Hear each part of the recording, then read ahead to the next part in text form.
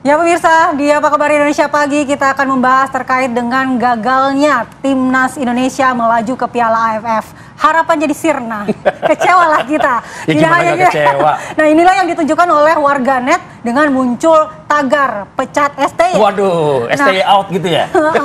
Memang pahit sih kekalahan ini ya, tapi Iya. apakah ini adalah salah satunya cara untuk melakukan evaluasi? Apakah harus memecat Coach Sintayong atau mungkin ada evaluasi secara sistem gitu ya di persepak bola nasional? Kita akan bahas dengan narasumber kita yang sudah hadir di studio. Sudah ada Bang Asari Rangkuti, mantan pemain timnas sepak bola. Assalamualaikum Bang, selamat pagi. Salam.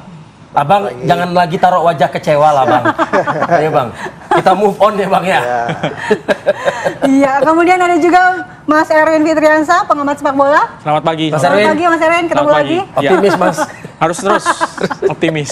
Baik, dan via Zoom juga sudah terhubung bersama kita Bang Rizal Nova Mujahid, analis dari Drone Emprit. Selamat pagi. Selamat pagi. Mas Rizal Nova Mujahid.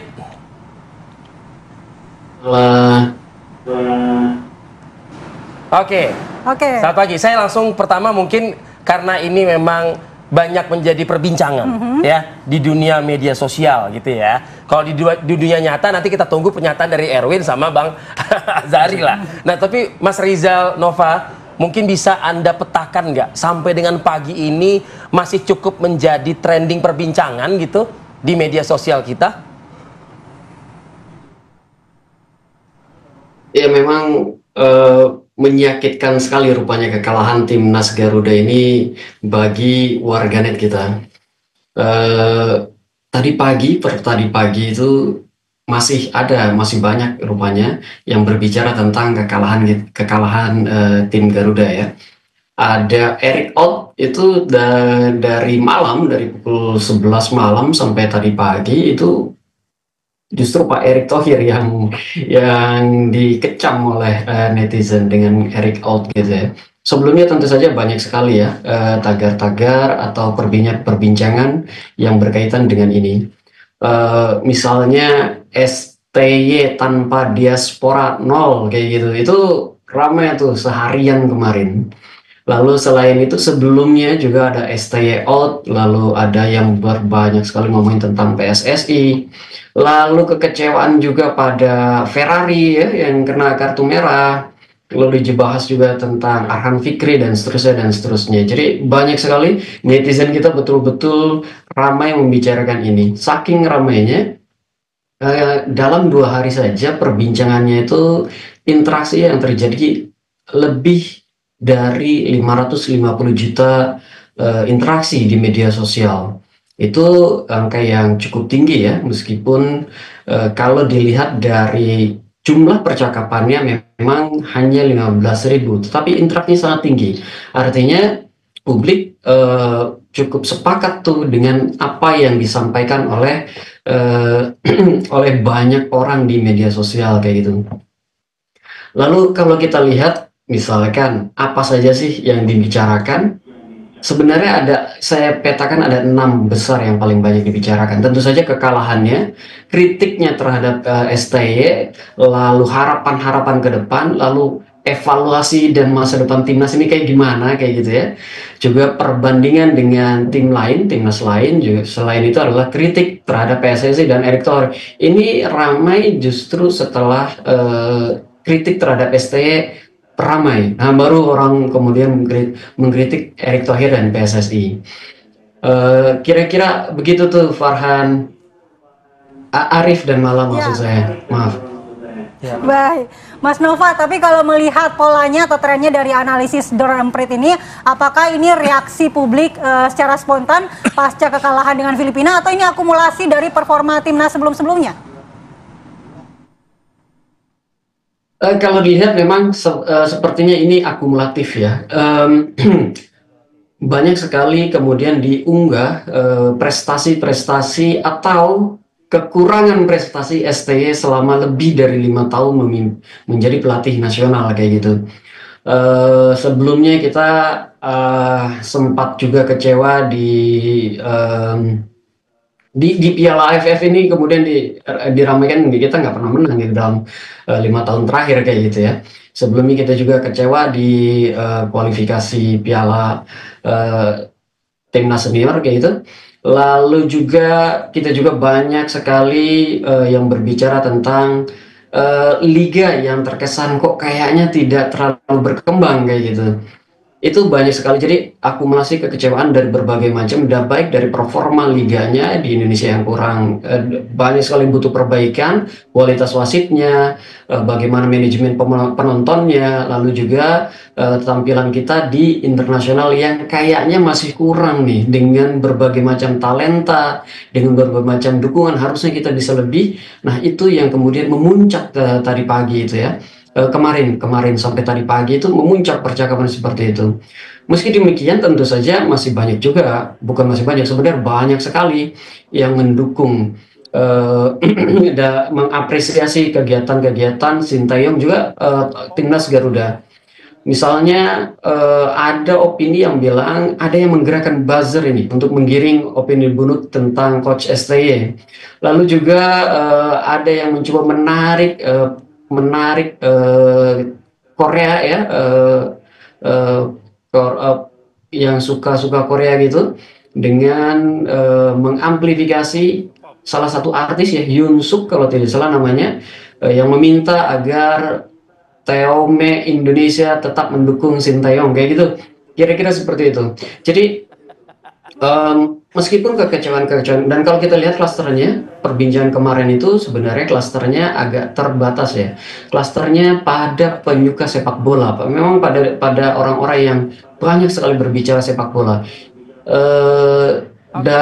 Berbeda dengan sebelumnya, itu banyak sekali klaster-klaster politik. Tetapi dalam perbincangan kali ini benar-benar murni penggemar sepak bola, pengamat sepak bola, penyuka sepak bola yang berbicara tentang ini, yang khawatir ke depan Indonesia akan seperti apa jika terus-terusan timnasnya didominasi oleh diaspora dan terusnya. Liganya tidak terlalu banyak berkembang, manajemen penonton dan fans sepak bola yang juga kurang baik. Nah itu yang menjadi perbincangan, menjadi pertanyaan publik. PSSI seperti apa ke depannya? Kira-kira strategi begitu. Oke. Saya ke Bung Erwin Fitriansah dan juga Bang Azhari Rangkuti. Tapi sedikit aja ya Mas Nova ya. Soal Bung Towel. Wah, kalau namanya Bung Towel ini pasti rame di medsos nih, Mas Nova. Menyatakan jangan kirim anak pramuka ke medan perang. Ada nggak ini menjadi potret Anda di Drone Emprit, pernyataan Towel ini? Ketawa Anda langsung kan, saya tanya Towel langsung. Bung Towel sendiri menjadi trending topik di Twitter dan juga menjadi FYP di beberapa di TikTok gitu ya. Towel tentu sangat keras, kritik-kritiknya sangat keras pada Coach STY, dan banyak sekali yang mengatakan betul sekali apa yang dikatakan oleh Towel, betul sekali apa yang dikritik dan diprediksi oleh Towel terjadilah sekarang ini. Kita lihat hasilnya di Filipina lawan Indonesia kemarin, kira-kira begitu ya. Jadi banyak sekali dukungan pada 2 hari kemarin. Oke. Silakan Bung Erwin. Ya, yang soal apa nih? Soal Bung Towel dulu boleh tuh misalnya. Enggak, kita bukan komentarin Bung Towelnya. Pernyataan Towel ini benar atau salah ini? Ya, analoginya mungkin benar ya. Karena yang dikirim ini kan pemain-pemain tim U22. Ya, sementara lawan-lawan ini kan turnamen, bukan turnamen kelompok umur senior gitu, semua itu. Turnamen level senior gitu. Meskipun mungkin di lawan-lawannya Laos, Myanmar itu juga ada pemain-pemain yang di bawah 23 tahun, tapi itu mix dengan pemain-pemain yang lebih senior. Tapi apakah mayoritas mereka? Filipina juga seperti itu gitu. Jadi ya nggak ada yang sebesar pemain-pemain Indonesia dalam rataan usianya itu yang paling muda gitu, 20 sekian kalau Indonesia. Yang paling tua usianya di Indonesia itu kan Asnawi, 25 tahun. Selainnya itu kebanyakan di bawah 22 tahun, bahkan pemain seperti Arkan Kakak masih 17 tahun. Marcelino masih 20 tahun. AFF, ya? Iya, artinya pemain-pemain Indonesia memang pemain yang paling muda gitu, rataan timnya secara usia dari lawan-lawannya. Salah atau benar menempatkan para pemain ini di ajang Piala ASEAN Championship? Nah, salah atau benar itu dilihat dari perspektif mana gitu. Waktu mau berangkat, kalau kita ingat gitu ya, waktu mau berangkat pemilihan pemain, kenapa kok U22 ini yang dikirim? Karena PSSI bilang bahwa ini untuk membentuk tim ke SEA Games 2025 serta kualifikasi Piala Asia U23. Kalau misalnya perspektifnya ini yang dilihat, ya nggak salah dong, gitu kan, untuk persiapan tim gitu. Tapi kalau misalnya perspektifnya kita mau juara, karena belum pernah juara Indonesia di AFF. Jadi perspektifnya berbeda-beda. Iya, harus dilihat dari perspektif yang berbeda. Berarti tepat atau tidak nih? Itu pertanyaannya. Nah, makanya harus dilihat dulu di perspektif yang mana gitu. Kalau di perspektif mau mempersiapkan tim, ya sah-sah aja gitu. Hasilnya membuktikan nah, ini berarti lihatnya dari perspektif yang pengen juara. Karena kan 6 kali runner up nih belum pernah juara.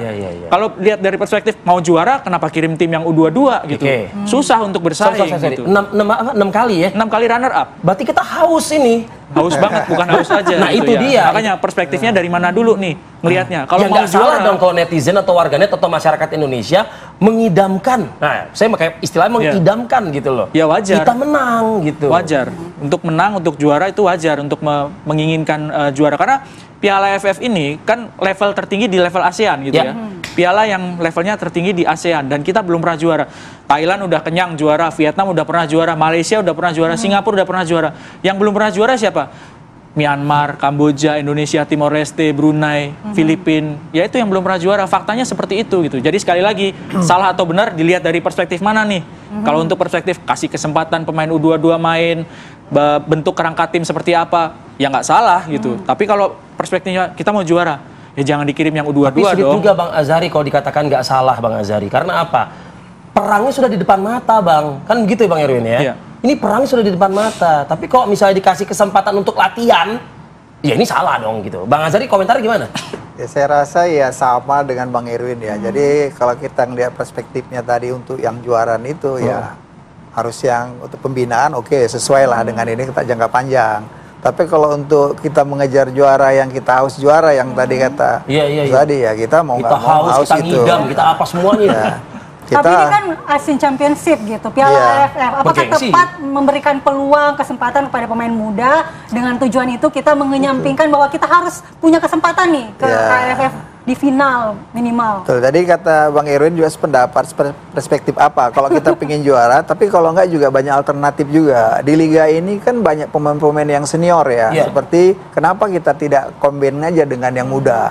Kan gitu, itu menurut kan, iya dikombin aja dengan yang muda. Kan banyak ya seperti adanya aturan baru dengan 8 pemain asing, menurut saya banyak peluang yang harus kita manfaatkan untuk itu. Itu sih menurut saya sih. Oke. Nah tapi Bang Azhari melihatnya begini, jika dicombine misalnya begitu.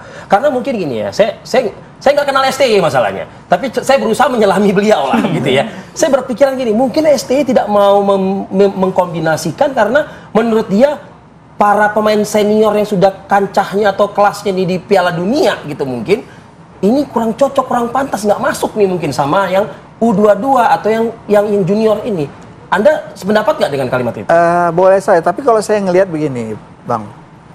Di liga-liga itu kan nggak semayoritas pemain Piala Dunia juga. Kan banyak yang seperti ada Barito, ada semua banyak yang pemain-pemain asing itu yang naturalisasi, menurut saya sih mereka potensi juga untuk dicoba. Jadi alangkah kenapa nggak dicoba seperti yang Piala Dunia ini, ada yang dari naturalisasi, ada yang lokal. Nah itu kenapa nggak dicoba di turnamen ini? Menurut saya sih itu perlu. Tapi kalau tadi perspektifnya untuk kita hanya targetnya untuk ke depannya yang itu mencoba untuk usia yang seperti ini, itu juga nggak sah-sah saja. Sah-sah saja, nggak masalah. Jadi kalau saya sebagai pelaku, saya kenapa tidak kenapa nggak melibatkan yang pemain-pemain liga yang senior-senior seperti ada naturalisasi yang 8 sekarang ini, itu menurut saya sih perlu dipikirkan itu bisa juga. memacu dan melecut. Menurut saya bisa saja. Apa salahnya, apa bedanya dengan yang persiapan Piala Dunia ini ada pemain hampir mayoritas pemain naturalisasi. Jadi menurut saya itu di liga. Menurut Anda kenapa STY tidak menerapkan itu? Nah itu yang kita nggak tahu karena STY juga punya game plan sendiri ya, punya pandangan sendiri yang kita tidak tahu. Iya, jangan-jangan filosofi dari strategi STY ini tidak cocok dengan karakter sepak bola Indonesia ya. Kita akan bahas nanti, tapi kita harus jeda dulu. Setelah lagi pemirsa.